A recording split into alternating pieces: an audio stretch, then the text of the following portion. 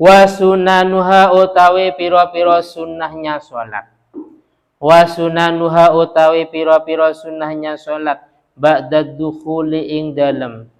Setelah masuk fiha ing dalam sholat.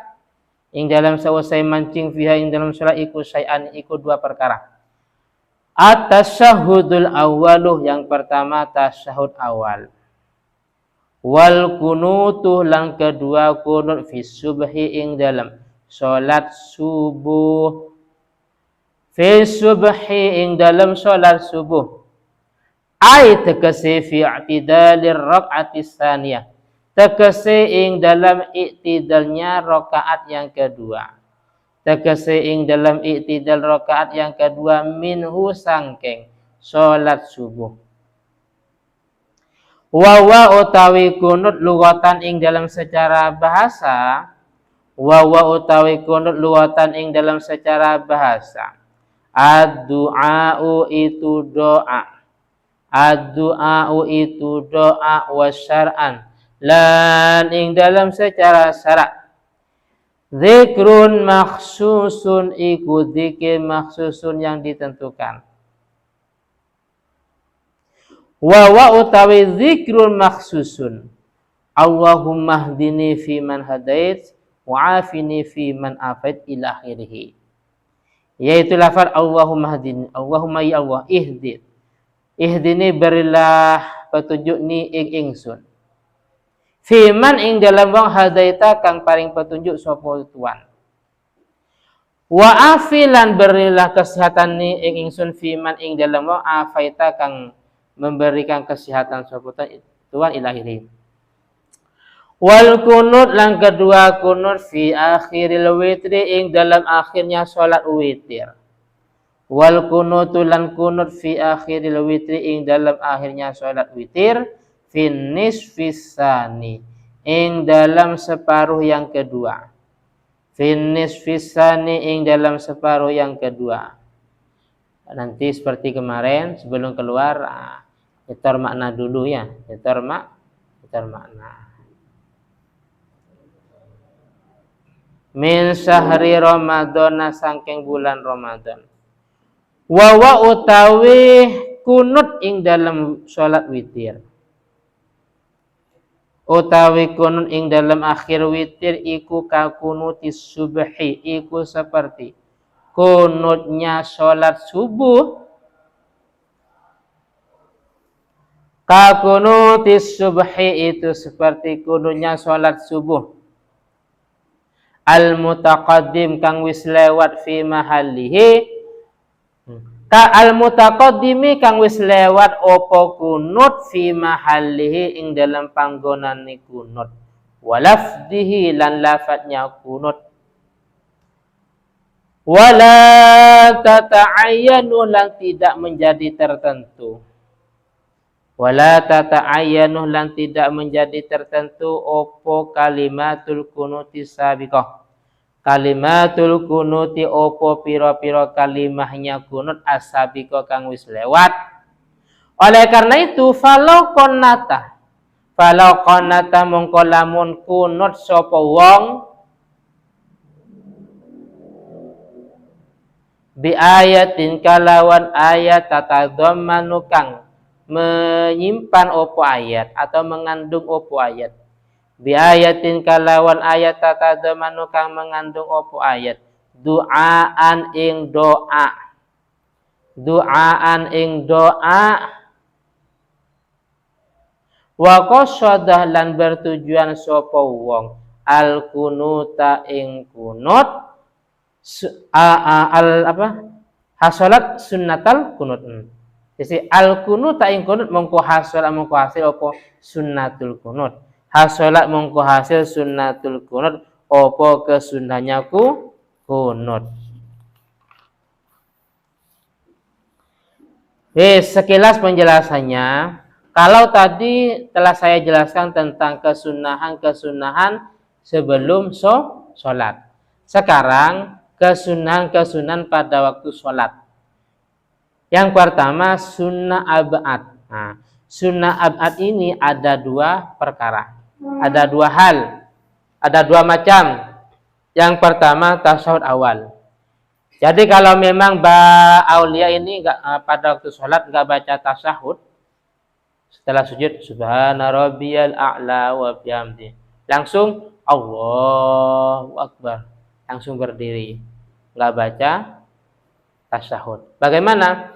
Maka nanti sebelum salam dianjurkan sujud sahwi.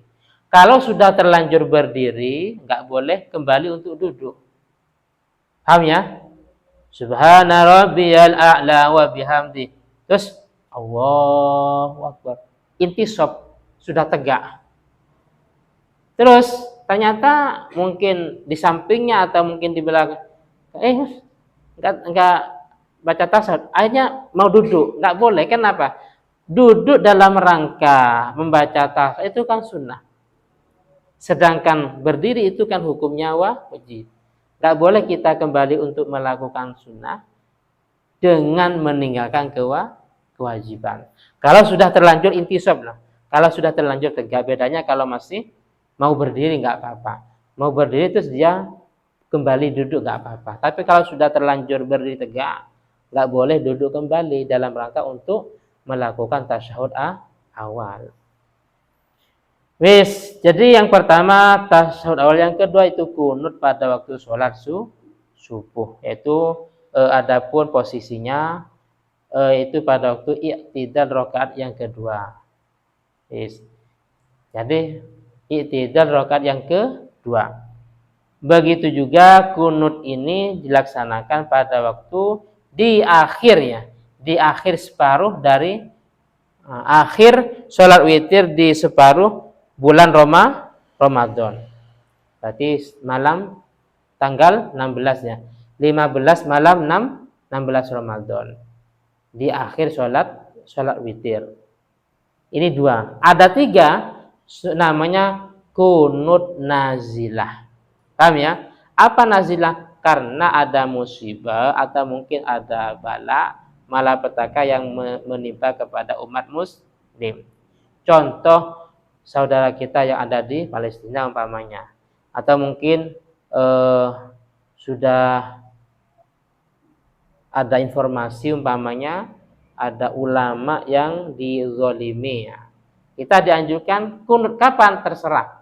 Jadi kalau kita menemukan pada waktu sholat zuhur, asar, atau mungkin baru isya pakai kunut, oh itu namanya kunut nazilah. Kalau kita mau melakukan kunut ini, maka sebelumnya harus diumumkan sebelum sholat kepada semua jemaah. Nanti di rakaat terakhir kita melakukan kunut nazilah. Biar nggak bingung ketika rakaat terakhir imam kunut, makmum bingung, ini ngapain? Akhirnya sebagai ada yang ikut imam, sebagai ada yang mufarokoh, sebagai ada yang sujud dan seterusnya. Kenapa? Karena kesalahan imam atau mungkin pengurus masjid tidak mengumumkan sebelum sholat, diumumkan dulu. Paham ya? Kepada semua jemaah, nanti di rakaat terakhir imam melakukan kunut nazilah. Karena saudara kita sudah ditindas umpamanya, atau mungkin ada musibah apa. Diumumkan baru imam melakukan kunut nazilah. Jelas ya? Wis, sekarang definisi. Apa sih kunut? Kunut adalah dzikrun makhsusun, yaitu zikir yang ditentukan. Ini Allahumma din dan seterusnya. Akan tetapi di belakang lafaz kunut itu tidak khusus memakai redaksi yang di atas. Yang penting yang penting di sana mengandung dua hal. Yang pertama mengandung doa, yang pertama mengandung doa, yang kedua mengandung sana. Kita memuji Allah Ta'ala. Oleh karena itu seandainya kita pakai ayat Bismillah. Rabbana atina fid dunya hasanah wa fil akhirati hasanah wa qina adzabannar umpamanya. Ini kan doa. Paham ya? Ini doa. Terus apa sananya? Ya kita menambah sanak sendiri. Kalau dalam kunut yang sering kita baca, apa sananya? Coba yang terakhir. Coba apa wa'afini fiman afai terus apa lanjutan? Terus barik li fima wa kini terus. Nah, ini semuanya sana. Wa barik li fima a'tait wa qini bi rahmatika syarra ma qadait. Fa innaka taqdi wa la yuqda alaik. Nah ini sana. Fa innaka taqdi wa la yuqda alaik innahu la yadhillu man wala. Ini sana. Kalau yang di depan tadi Allahumma hdini wa afini itu doa. Jadi yang penting mengandung doa, yang kedua mengandung sana, maka itu dianggap kunut. Paham ya? Jadi umpamanya Rabbana atina fid dunya hasanah. Ini sudah doa. Terus kita menambah sana lillah. Maka di sana kita mendapat pahalanya kunut. Dibaca dulu.